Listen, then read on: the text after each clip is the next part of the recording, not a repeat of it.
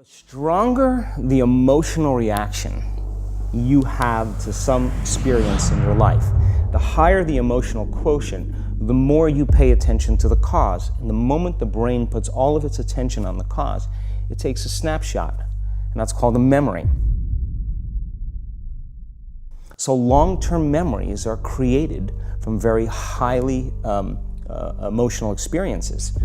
So what happens then is that people think neurologically within the circuitry of that experience, and they feel chemically within the boundaries of those emotions. And so when you have an emotional reaction to someone or something, most people think that they can't control their emotional reaction.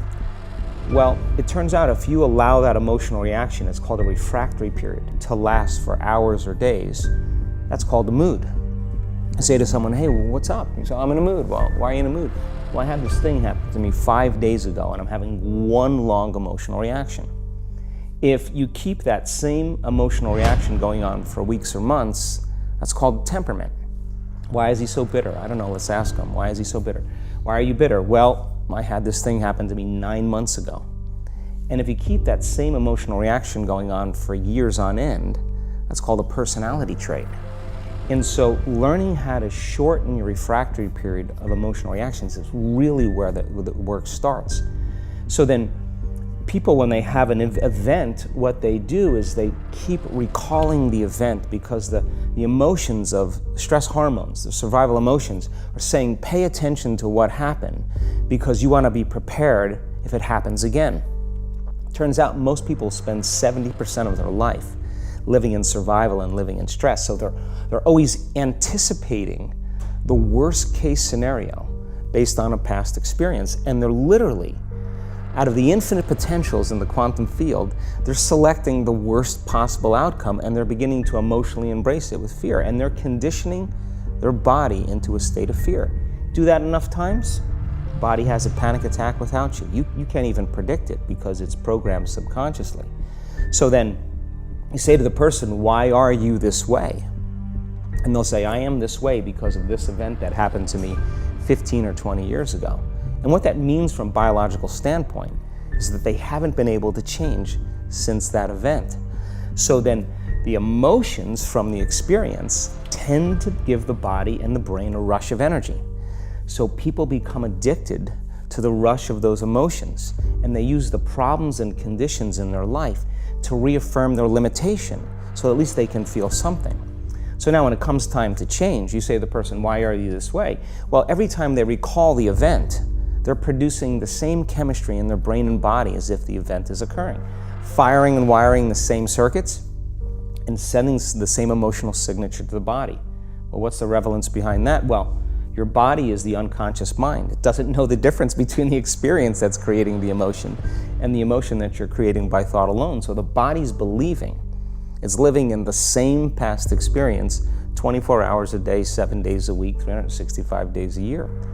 And so then when those emotions influence certain thoughts, and they do, and then those thoughts create the same emotions, and those same emotions influence the same thoughts, now the entire person's state of being is in the past. So then the hardest part about change is not making the same choices you did the day before, period. And the moment you decide to make a different choice, get ready, because it's going to feel uncomfortable. It's going to feel unfamiliar.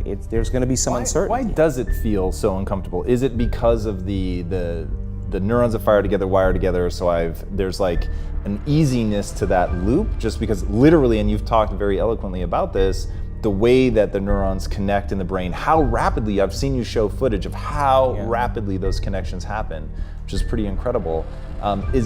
Is that what makes it so discomforting for people?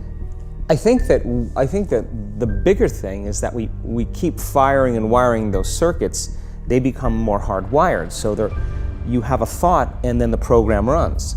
But it's the emotion that follows the thought. If you have a fearful thought, you're going to feel anxiety. The moment you feel anxiety, your brain's checking in with your body and saying, yeah, you're pretty anxious. So then you start thinking more corresponding thoughts equal to how you feel. Well, the redundancy of that cycle conditions the body to become the mind. So now, when it comes time to change, a person steps into that river of change and they make a different choice, and all of a sudden, they don't feel the same way.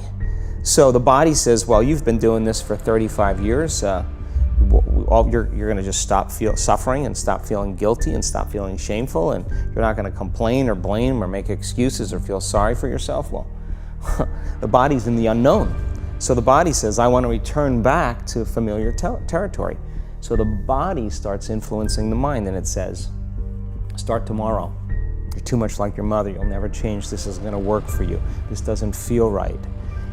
And so if you respond to that thought as if it's true, that same thought will lead to the same choice, which will lead to the same behavior, which will create the same experience, which will produce the same emotion.